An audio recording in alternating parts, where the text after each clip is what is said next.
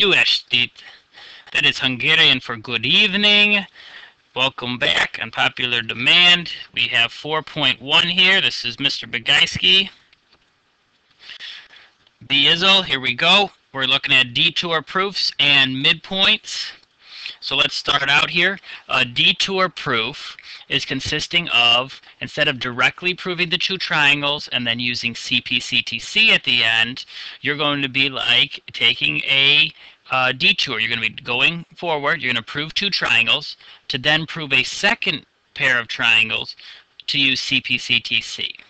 Okay, so it's kind of like, think about driving there. You're going from school to home. Uh-oh, you're getting there.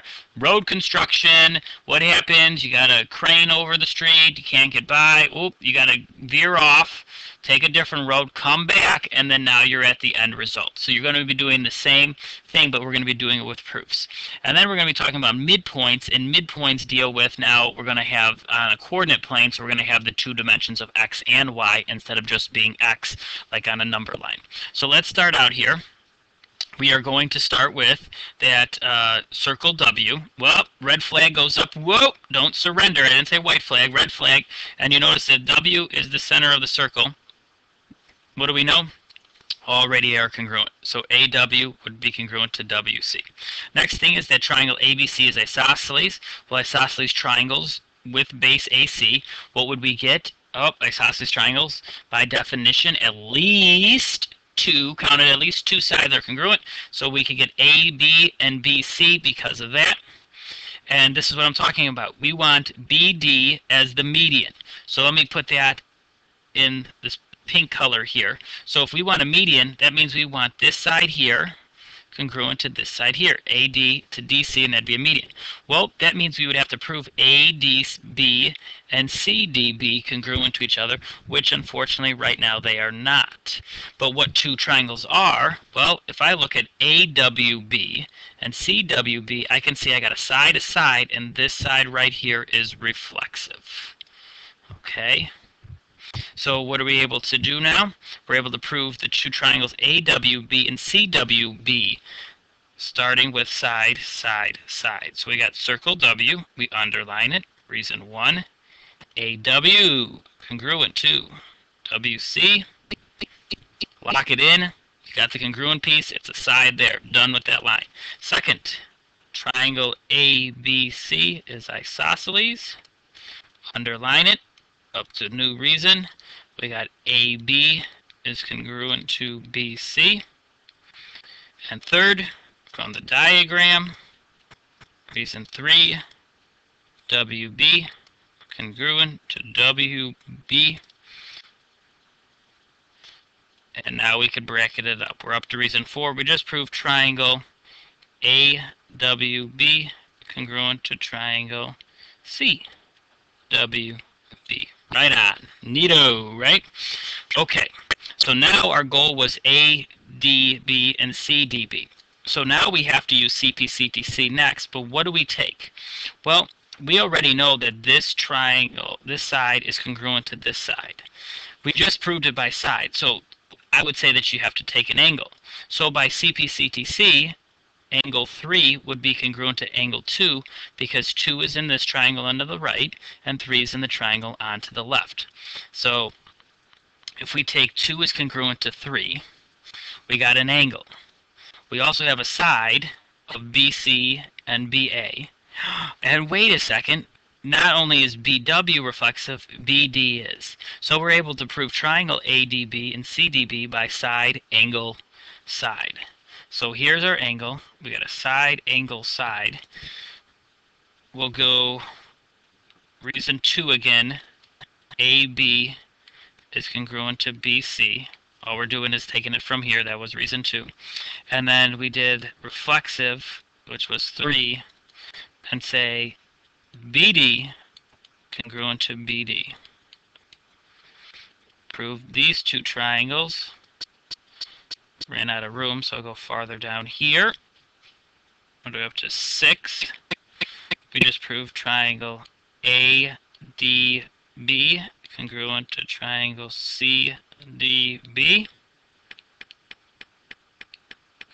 which then we can finish up and say that our pieces of AD is congruent to CD,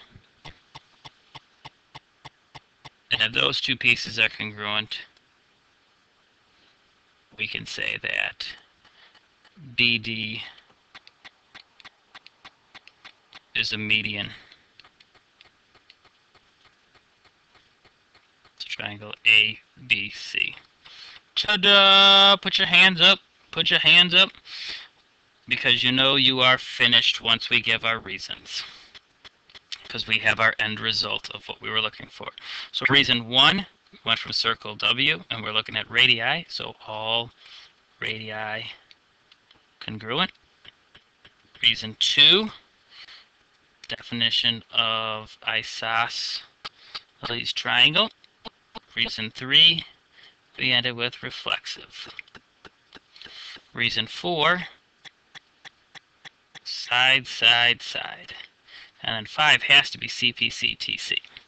All right, if you prove your triangles one way by side, side, side, you can't prove the other triangle by side, side, side. It's just not going to work. They have to be different ones. So you could use side, angle, side with side, side, side, side, angle with side, angle, side. You can mix and match. You could have HL in there too, but you can't have the same set of triangles proved here and then same reason here. So in this reason, in 6, we're going to end up with side, angle, side. 7, back to CPC-TC.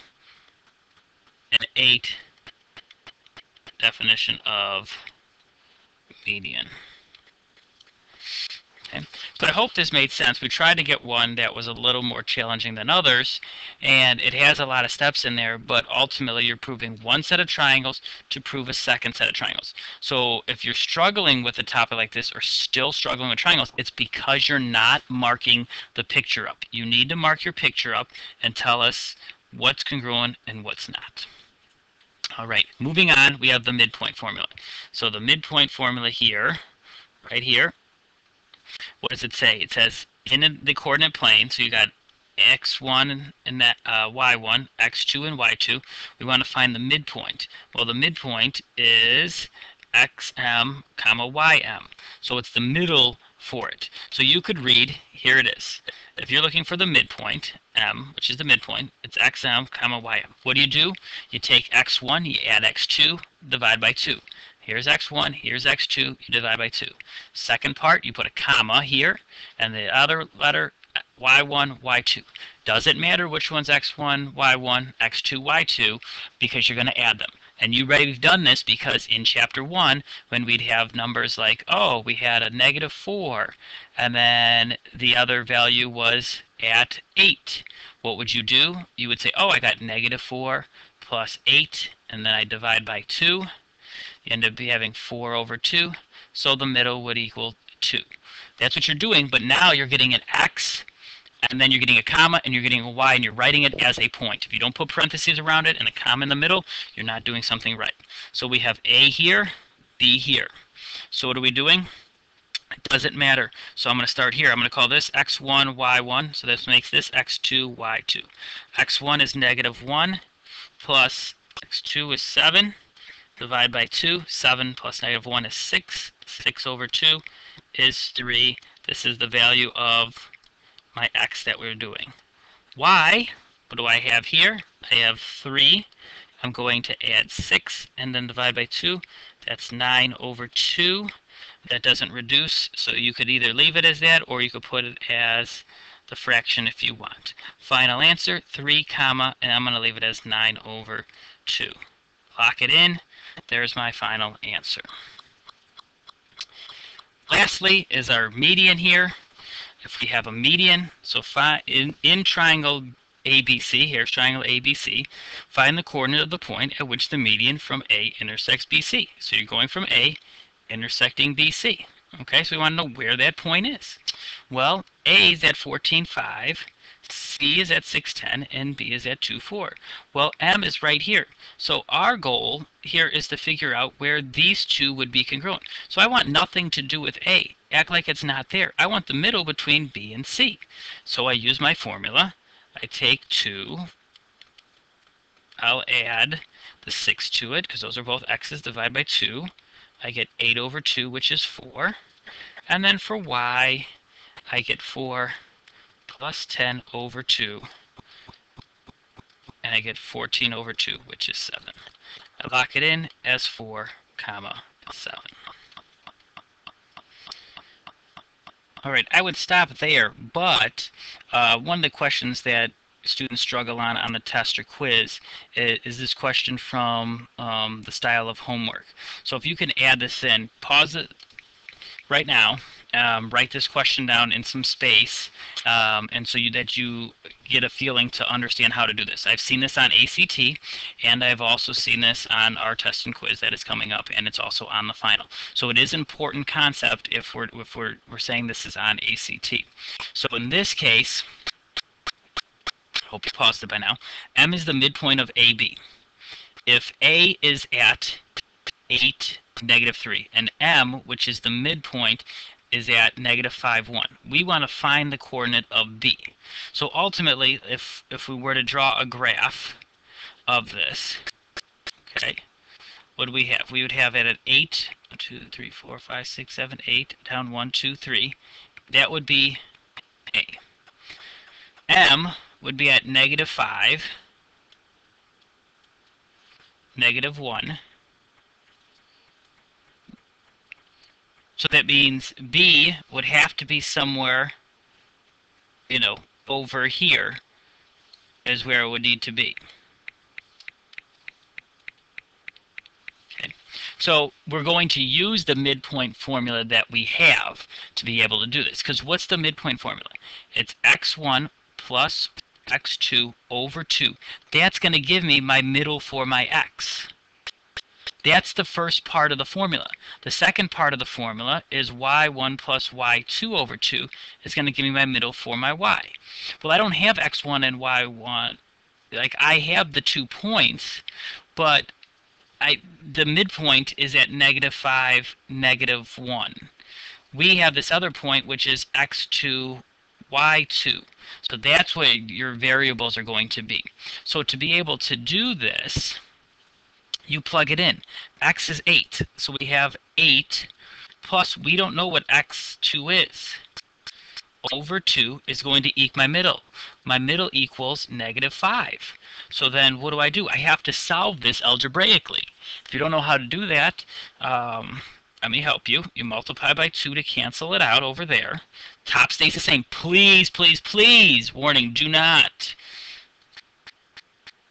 multiply, make this 16 and 2x. Okay, spoiler alert, you're doing it wrong. Okay, we have 8 plus x equals negative 10 minus 8 over. We're looking at x is equal to negative 18. Lock it in. Now we got the y. Well, where's the y? Y is at negative 3. Adding the other y, which is y2 over 2, setting equal to the middle of the y, which is right here, negative 1. Multiply by 2, cancel it out, multiply by 2. Negative 3 plus y is equal to negative 2. Add 3 over, y ends up equaling 1. So my point, which is an endpoint right here, an endpoint is going to be at negative 18, 1. So we'd be well over here at negative 18, 1 for my point to be, which makes sense looking at our graph. Hopefully that you understood this lesson on detours and on midpoints. Have a great rest of your evening, and we'll see you bright and early in the morning with a smile on your face. Viszlát, which means goodbye in Hungarian.